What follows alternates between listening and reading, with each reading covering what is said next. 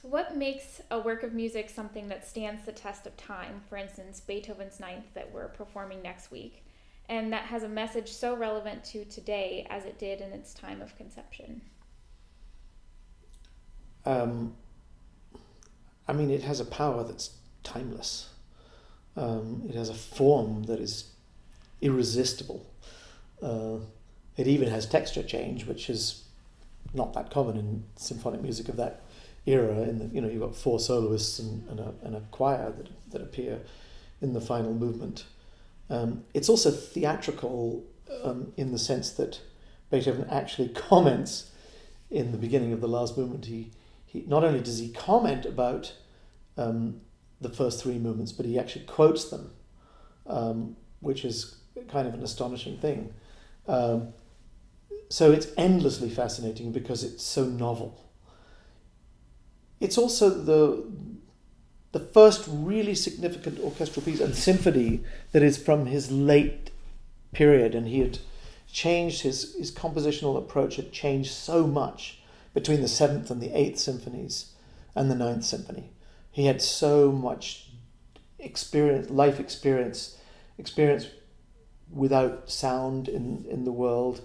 So this very internalizing feeling of understanding his fate and the fate of all of us. And because he was a man of the people, he cared more about more about how his music would affect people than he did about how much satisfaction it gave him to express himself.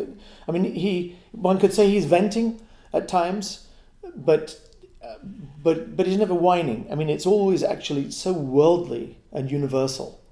So I've always felt that about Beethoven, that there's this deeply personal quality, but he understands the human experience so profoundly through his language of music that we can all identify with that personal expression. And in that regard, it therefore becomes universal. And so I think with Beethoven, and it's another masterful example of how he gives you almost every significant theme that you hear later in the piece has been either quoted in mirror form or slightly in a different key with slightly different intervals, but the same outline.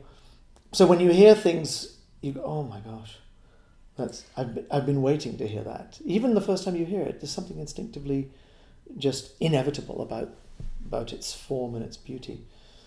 So in this late period, his ability to write slow movements which were variations but were not called variations and don't actually say variation 1, 2, 3 was uncanny.